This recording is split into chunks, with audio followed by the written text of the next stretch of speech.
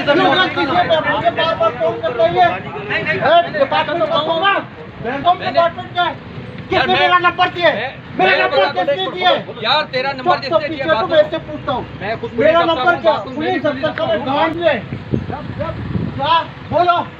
मेरा काम होता है। यार तेरा नंबर दिया, तेरा नंबर किसने दिया? असलम ने दिया। असलम ने गलती वर्दी उतारो यहीं पर।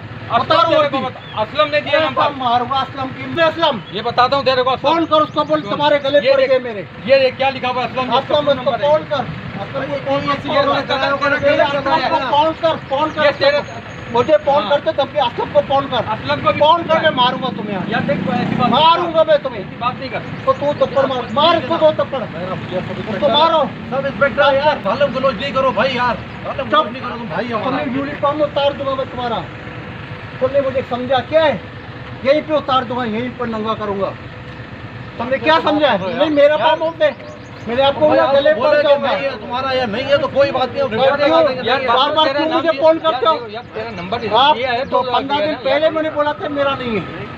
यार तूने मेरे हमसे मुलाकात की? हम क्यों मुलाकात करूं? यार एक क्यों मुलाकात करूं? तुम लोगों का औकात क्या है? यार औकात कुछ नहीं है तेरी। तुम्हारा औकात है फकीर है। मुझे धमकी देते हो, आके गिरफ्तार करें।